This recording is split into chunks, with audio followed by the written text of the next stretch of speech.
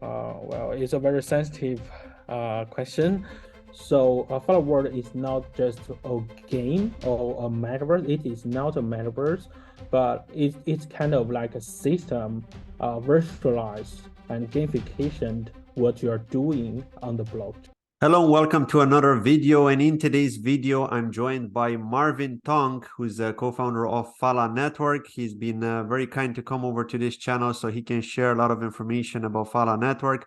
We've got a lot of questions for him, so hopefully he'll be prepared to answer them all, or at least most of them if it's possible. A lot of these questions are also from the community themselves, because as you know, I did try to get as many questions from the community as possible to hopefully answer any kind of doubts, any kind of questions about the future of Phala Network that will hopefully get answered in this video.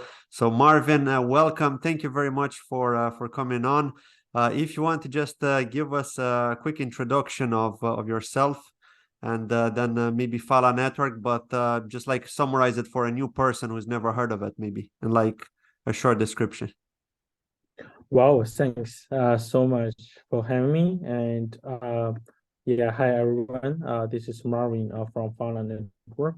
And yeah, so yeah, Phala is what we are building is a parachain, a Polkadot and Kusama. But what we are trying to solve is to solve the trust issues between cloud services. So basically, we are building a decentralized cloud computation protocol, and yeah, we've been in the Polkadot ecosystem for quite some while, and we're very happy to see the growth from the ecosystem. So yeah, today is just a very honor to be here, and yeah, thanks for having the time with me. Yeah, absolutely, absolutely. So I see that really cool picture in your background there. Is that from Phala World by any chance? Yep, yeah, that is from Nice. profile. So Yeah. tell us a bit about Phala World. I mean, what is it, and how come you came up with that idea? Yeah, Phala World is a gamification to present the progression for our community member on Phala Network. So the very original idea is coming from we think as a infrastructure project, it's very hard to educate people to understand what they're doing, what's the major goal of Phala Network, and to incentivize people to use the product. So we think, why don't we use the power from NFT and metaverse and try to bring the activities, the on-chain activities, into something virtualizable and interactability uh, as uh, as similar as like game experience. So this is kind of the first idea, where the first idea coming from. So Phala World is not just a game or a metaverse. It is not a metaverse, but it's kind of like a system, virtualized and gamification what you are doing on the blockchain. So for example, if you are staking or you are deploying some program on our network, all of the progression you made on the network will be presented inside Phala World. Wow. And yeah, in the meanwhile, we were trying to interact with other metaverses to make the presentation into a better way. So yeah, it is something strange. I would call it, it is something strange, but very innovation, to be honestly. So yeah, this is what we are doing. So ultimately, you're going to use Phala World as a kind of a UI, a front end for people to go in and perform certain activities, including staking, including playing around, maybe chatting with community members. So, I mean, I find that a bit similar to a Bitcountry in a way. Are you guys going to do something similar? Bitcountry is a metaverse. What we are doing, I can definitely say it is not a metaverse. So there's the biggest difference from metaverse platform is I think Bitcountry is also presenting how to say um, um, a platform, a 3D platform, so that you can customize the item inside this 3D world. But in the meanwhile, you can read and interact with the smart contract and on-chain data. So this is a metaverse. We are now building a 3D platform to make that, but we are building more like a game profile system. We can, let's say, we can integrate with Bitcountry. You can see, you can play with Phala World system inside Bitcountry. You might also be able to play with it in other metaverses as well. But the core part of Phala World is that we use our gamification system to transform your on-chain activity into some game activity. It's not like, okay, if you want to shoot me as a game playing, you need to sign a signature on chain and you shoot me. This is a typical crypto games. Yeah. But we are doing is like, if you're already, let's say, providing LP, on Uniswap for Phala token, we will indexing that data and transfer it into some energy for you inside the Phala game, Phala world character. So this is some different identify. Interesting. Yeah. And will it support both Khala network and Phala? It is live on Phala Network as well, but we can definitely support Phala very soon. Okay. Yeah, yeah, That's because fine. Phala Network is like the major playground for Phala ecosystem at the moment. Yeah, absolutely. Yeah, and you're the only parachain there, so I mean, you're taking advantage of Polka or Kusama's interoperability and also Mhm. security this way right now.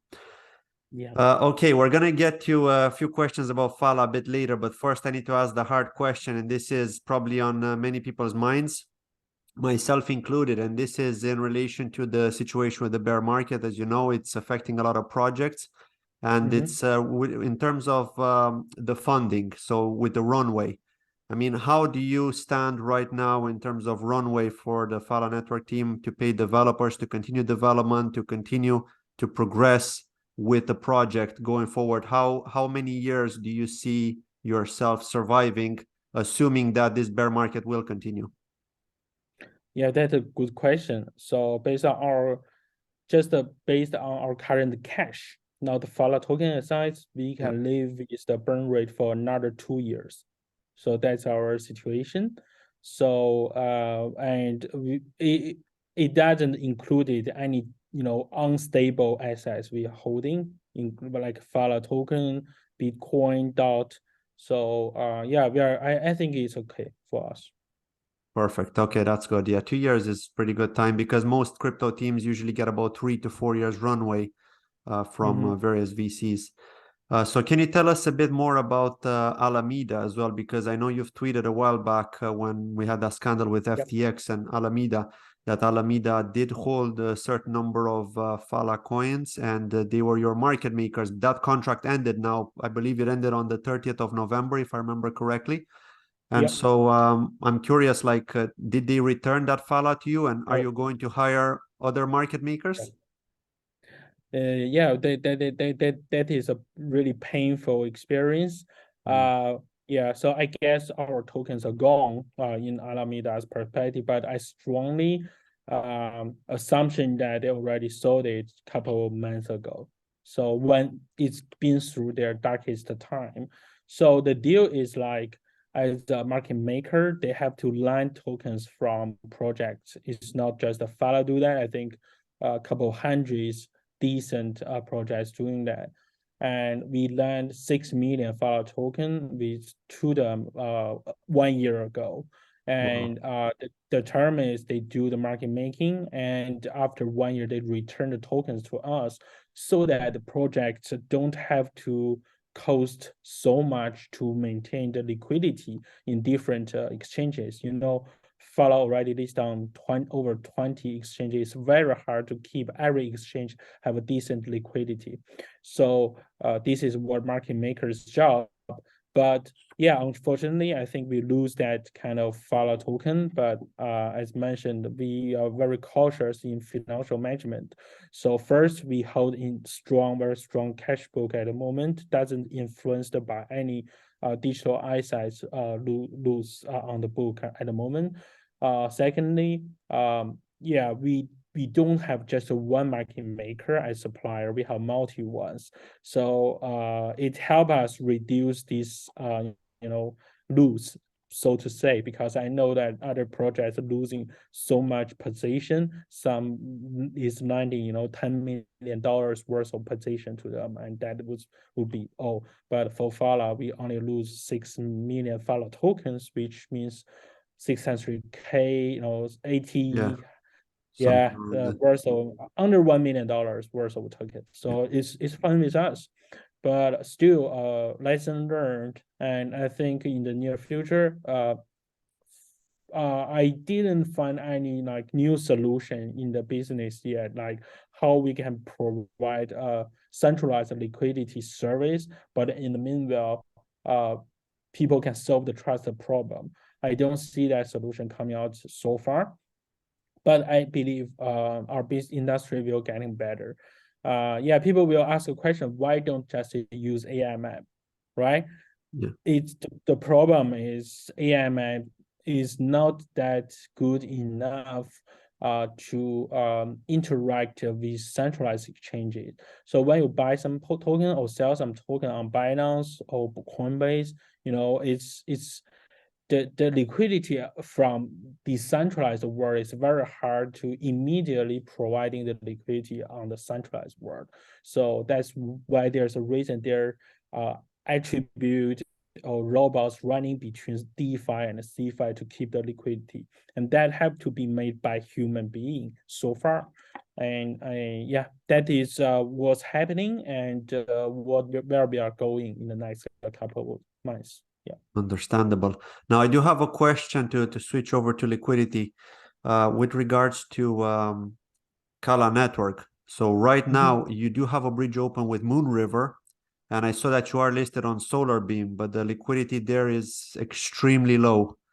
So my question is there a plan to add maybe more liquidity for Khala network on Moonriver or on Zenlink, for example? Zenlink is quite a well-known DEX now.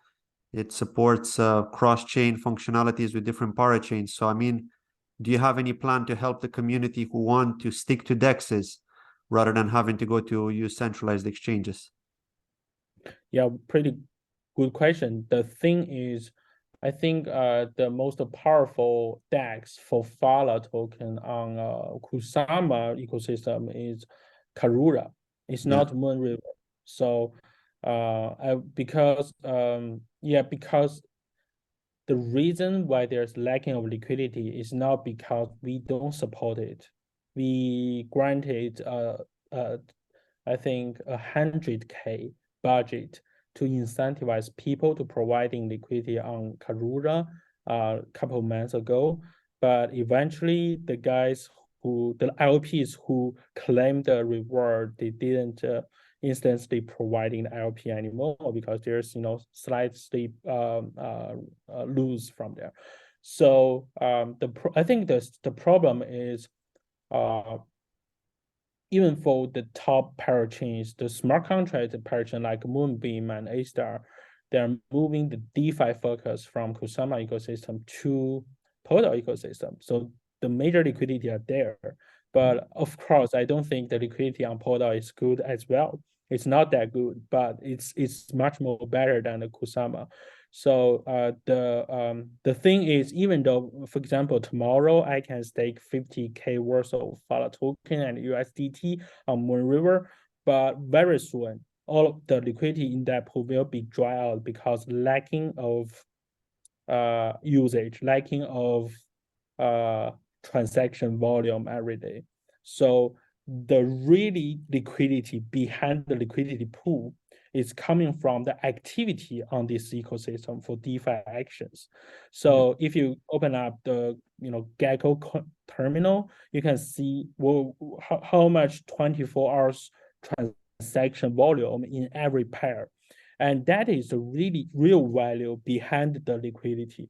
So that is also something supporting the liquidity. So if you don't have a strong transaction volume, it's very hard to maintain a decent liquidity amount. That's a crucial part from DeFi. Okay, understand. Thanks for that. Now, I do have another question with regards to Canary networks and mean networks. So you've mentioned that a lot of teams are putting their focus, I would say, or most of their efforts into the main networks on Polkadot. So my question is now, if you will be putting most of your focus on there, and what if most of the liquidity will move from Khala, like all the staking that's going on right now? I'm also personally staking on Khala. I know many people who are. What if all of us will be moving our liquidity over to Phala Network because that's on Polkadot? It would make sense, right? And then you would be left with less liquidity on Khala Network. How would that impact you from a development point of view if all that liquidity is gone, but you still need Khala Network for testing purposes? How will you be doing your testing then on a canary if the canary will be lacking liquidity? Yeah, good question though. For us, our parachain already alive on Polkadot, right? But the thing is, we haven't launched the mining ecosystem on Phala network on Polkadot yet. We launched it on Khala. That's why all of the staking activities can only happened on Khala instead of Phala at the moment. Yeah. So that's the current situation. The reason behind it is because we don't have that time to launch whatever happened on Khala into Phala network so far. But there are some things I think the audience should also know that. The first thing is we already be able to bridge between Khala and Phala, so you can move your token from Phala to Khala or Khala to Phala in any time. And because Binance only listed the ERC20 token at the moment, we are fighting very hard to get listed our the mainnet token on Binance. But it's more easier for them keep on supporting ERC20. So far we don't have a certain timeline when we can list the parachain token on Binance. Yeah. And I think it will cause some experience problem, but it's not that serious so far. Our plan is that we still think the utility go first, innovation go first. That's the principle in our teams. So we want to put our major energy, especially in bear market, into deliver innovation stuff. Yeah. And migration data from Khala to Phala is like the second priority at the moment. But but in the meanwhile, we've been keep on collaborating with Moonbeam and A-Star ecosystem so that we can provide very decent liquidity on both parachains, the DEXs. So you don't need to worry about LP or trading by DEX on Polkadot ecosystem. PHA token will launch on both ecosystem very soon. So that is a very exciting moment. Awesome. And by the way, do Binance actually ask for more funding when you ask them to list the same coin on a different network, or do they normally do that, but they have like a backlog and they just take time?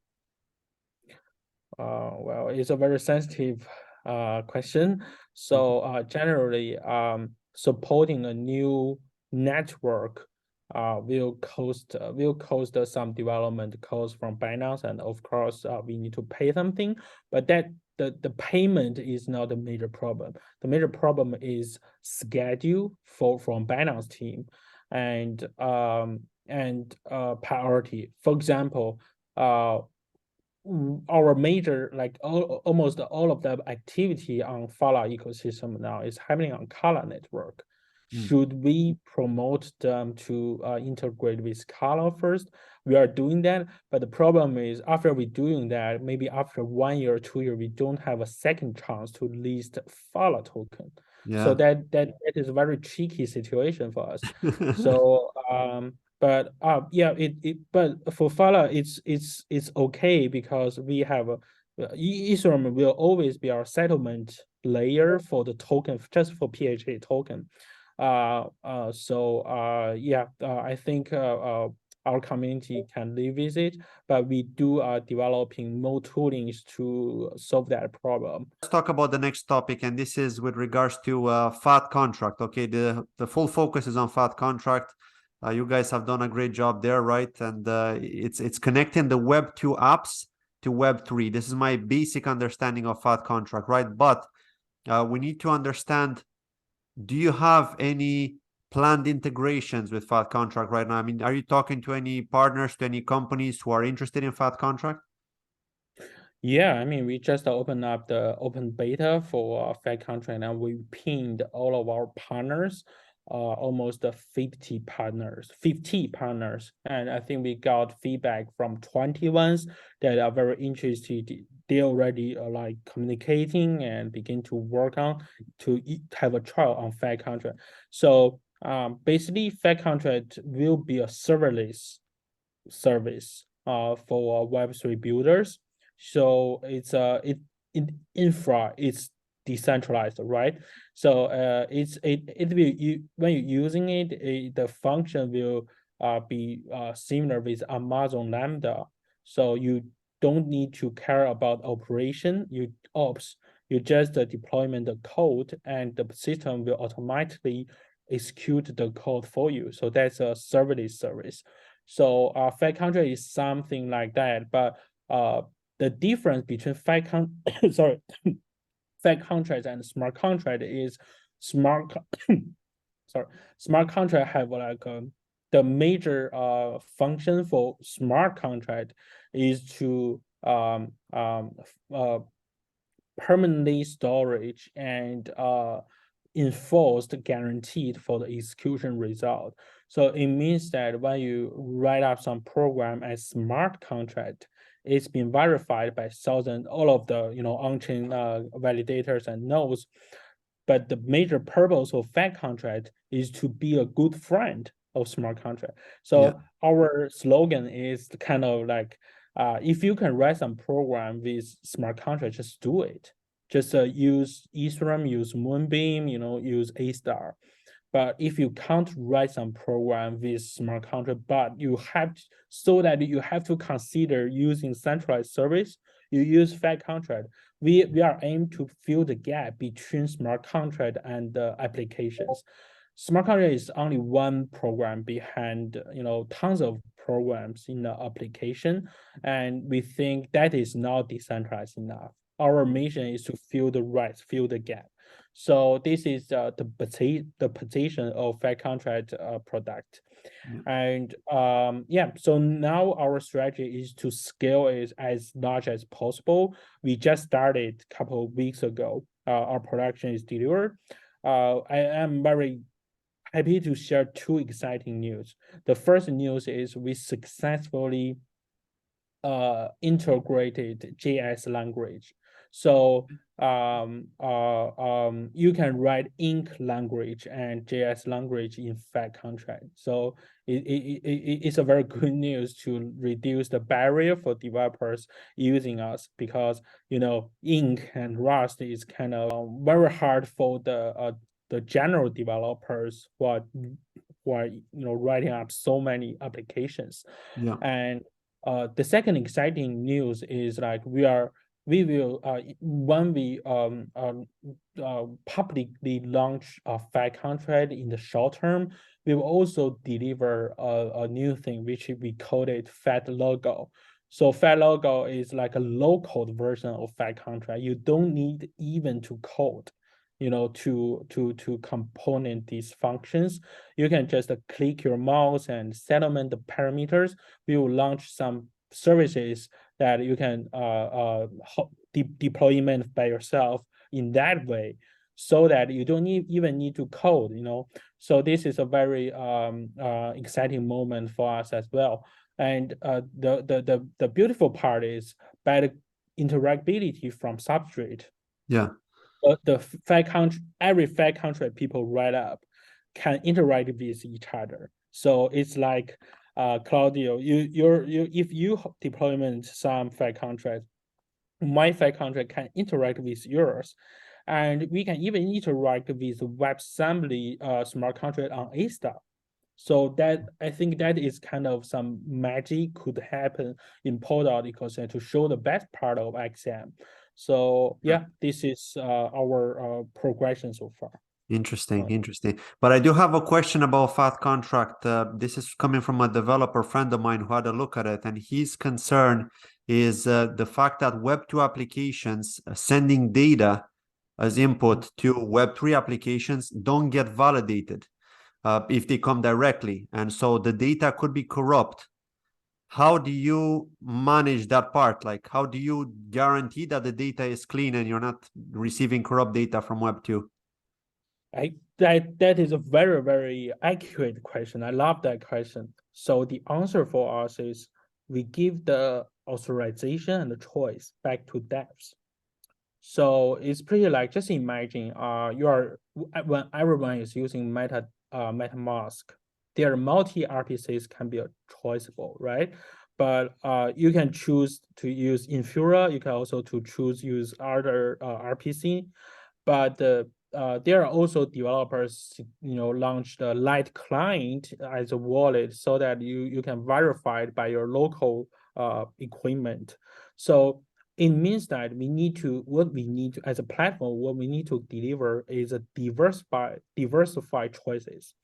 So for example, if you are building Oracle to read the price feed from Binance, like that information happens in the Web2 world. You want to bring it in Web3 in the DeFi.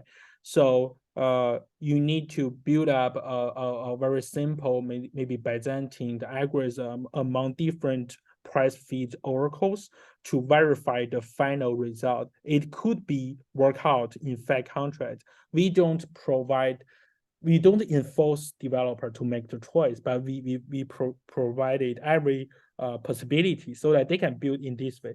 But just imagine if a game developer, they just want to read an API from another game program, which is a one-time job, then he don't want to take so much effort on verifying the API result in a large way. So he just want to get the data in real time, Exactly. per second. He can also choose, to not Byzantine everything. So our philosophy in the production is like we give back the choice to people. Okay, I understand. But so you don't actually provide, I mean, you don't provide the functionality to do that data validation, but the developer has to create an Oracle solution using that to be able to get the data validated, right? That's what you're saying. Yeah, but because of the interactability on Phat Contract, don't worry about it. Every samples like this, we already pre-set up some templates. For example, developer don't need to scratch from zero and establish an Oracle. We already pre-write up some samples. Okay. You can just copy and paste to create your own version. That's all you need. Perfect. Yeah. Okay, let's kick it off with the next one, Marvin. So this is in relation to Bitcountry. One community member asked, how come Bitcountry are not using your 3D capabilities in their metaverse? Well, this is a very good question. Progress is more like we've been working very closely with Bitcountry. For example, when they launch something new, we will do research and we've been monitoring how the ecosystem growing in Bitcountry all the time. But for now, our major focus is to trying to game identify the right quest and the right indexer from on-chain activities into gamification to build, let's say, very exciting moment for our community members as NFT collaboration first. But yeah, the next step would be how we step into metaverse. But yeah, so for now, we haven't successfully built anything in Bitcountry yet, but I know that they already providing a very decent SDK and developer document for game platforms like us or other games to build something inside Bitcountry. They provide a capability. It's just for Phala work team at the moment, we are major in these couple of months. We are majorly focused on to make the NFT platform more fun. So don't there are different. I will also share some insight to the audience. So we think the right way to deliver like entertainment and interest in on-chain and off-chain, Web3 gamification platform is you have to deal with agilely, like agile development instead of it's not like a traditional gaming industry. You development for 3 years and then you launch a triple A level good game on a PS5. It's not working like that. We already got NFT holders, right? So we've been very agile developing to the fun part all the time, weekly by weekly. So this is how we deal with.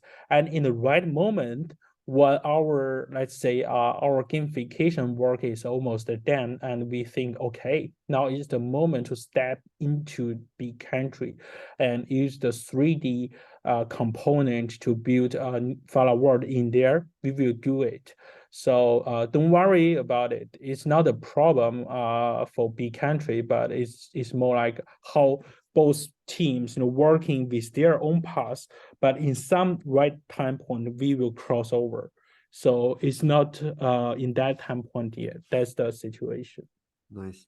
And you've been helping Remark as well quite a lot. I know Bruno gave you a lot of praise that the Phala team have been helping Remark. So I'm curious, like, how did you help them? Was it with Singular or was it with the development for Skybridge? Yeah, that's a we're not like helping a Remark team, but we are working together that in a many perspective. Okay. So I think the major contribution from Far World is that we deliver a new way to distributed NFT, right? But to do that behind the surface, behind the UI, our major contribution is that we integrated Remark standard into Phala palette. It's a common substrate palette, and I think any other parachain can do that as well. So Remark version 1 is not a palette version. It's like a system happening on Kusama relation, right?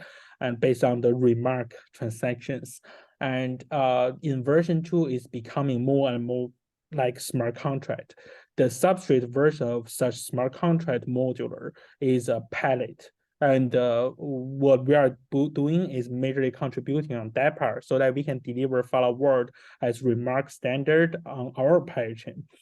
But in the meanwhile, I believe Bruno's major focus now is migrating the standard into EVM smart contract environment so that I think Remark have strong advantage if you compare that with other ERC standard for NFTs. So I would say like both teams are working to bring the Remark standard into a smart contract module. Phala is majorly focused on palette now, but I think we almost done almost the work, and Phala World already launched. So the next step is we will try to figure out the innovation function with that palette. For example, in the current all of the NFT project, you can barely find any NFT project. You can dress up your own NFT before the mint, and when you mint, the NFT looks exactly like how you define it. So the general process is like you pay the money, right? The artist will randomly distribute the NFTs, and you could unlock some equipment and restore some equipment after you get the NFT. That's what happened before. But on Phala World, we want to go deeply, like so.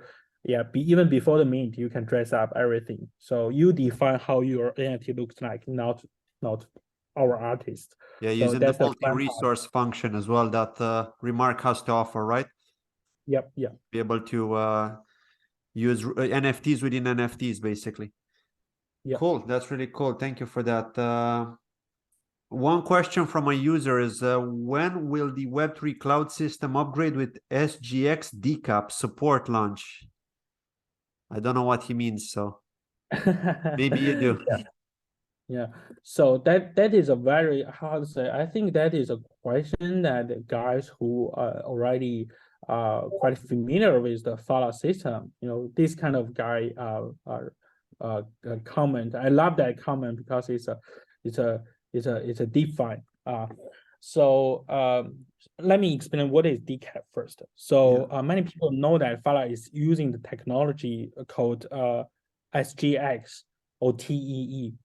But many people criticize Phala system because of that technology, because that technology is guaranteed security by hardware. But we first of all, we don't think in that way, and secondly, we have a better proof now. So a couple of weeks ago, there is a SGX related security news happened in Web3, which is there is a project called Secret Network being exposed by some security problem from there. On Cosmos, yeah? Yeah.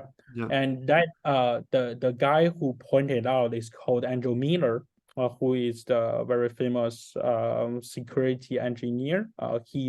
He have an alien called SGX.fail. So he listed all of the security problem from different blockchains. And just a couple of days ago, he presented the research compared different blockchain SGX projects together, including Secret Network, Oasis Network, and Phala.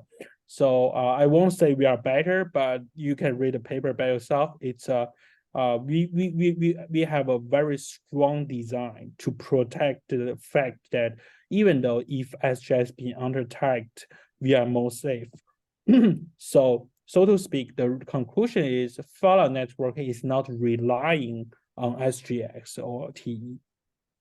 But the key point, the key design, why, right? The reason is why is because we have our parachain architecture and a parachain system is designed to solve that problem.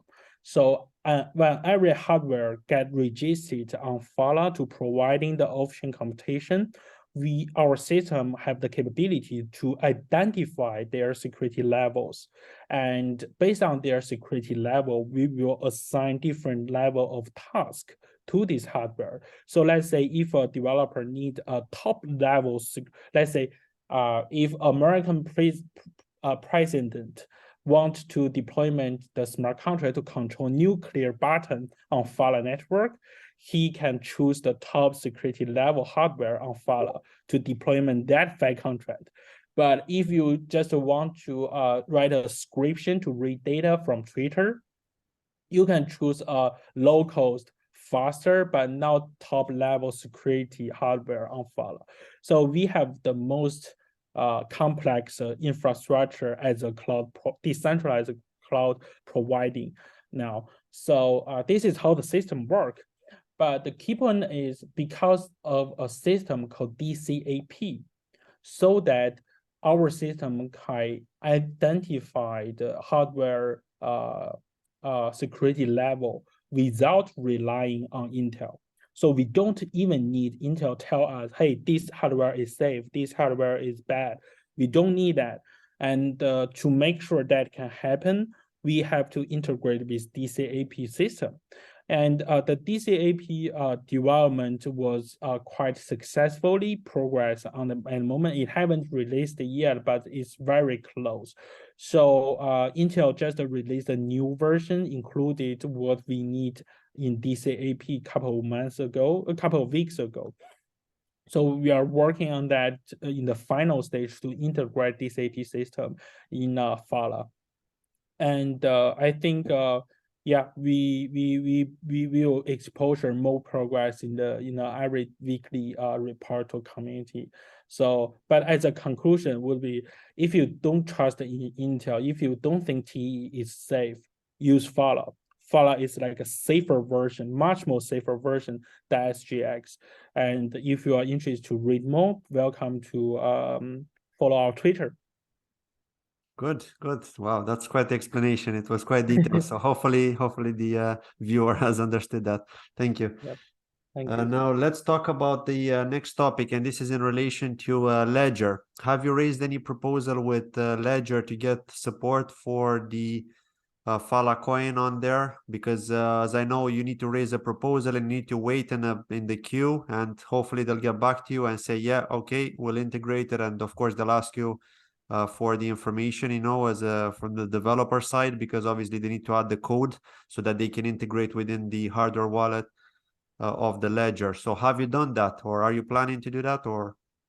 No, we've already done that, and we are collaborating with Zondex team to deliver the ledger solution, and we already push commit our code base to ledger and waiting in the queue for them to audit and pass. So I guess we don't need to wait so much months to open up the development mode on ledger on both Khala and the Phala network. So it's coming.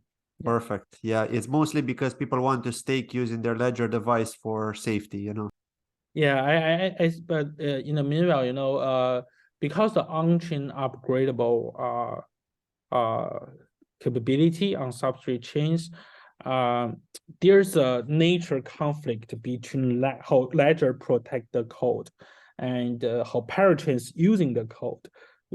Every parachain have to upgrade every week, every month, because Polkadot did that, Kusama did that. But in the meanwhile, the ledger's political rules is kind of like every time you upgrade your blockchain, we have to audit it another time. So there's a nature conflict between, we have to keep the balance. So for example, for transaction or some very basic function, you can do it in any time.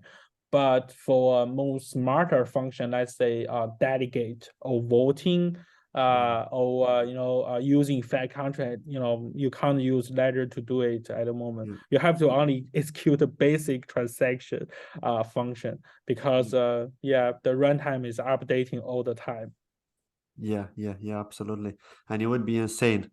I mean, Moonbeam have done it recently, but is that because they're an EVM? So is it easier for them to integrate because of that? Yeah. It's because of that, right? Okay, cool. Yeah. Thank you. What about, let's talk about Phala version 2.0. So the Phala app version 2.0. How is it going to be? Like, is it going to be much more different than version 1.0, or will there be like just technical changes in the backend, but not so much on the UI side? I'm curious if the UI is going to change. The UI will change, and there will be some. I would say the stake pool V2 is a totally different product than V1. So stake pool V1 already launched for a year. So during this time, we've been collecting users' feedback. And many people got confused because if you want to yield a profit, it's not that easy, right? You have to do research about the hardware, the miners, the pools, and you have to know the rules like withdrawal timing, withdrawal period control. There are a lot of parameters. So in stake pool V2, we solve all those problems. The major difference is in stake pool V2, first we presented a conception called share. So you got a share in every pool, so that you don't need to worry about APY. You don't need to claim interest every day and restake again. You can just leave it there because all of the interest from computation will come into pools directly, and when you claim your share, you can withdraw all of the share percentage from the pool interest, included interest. So it's nature APY production, not like a stake pool V1. The second, but of course, there are other problems, right? How to pick up the good pools.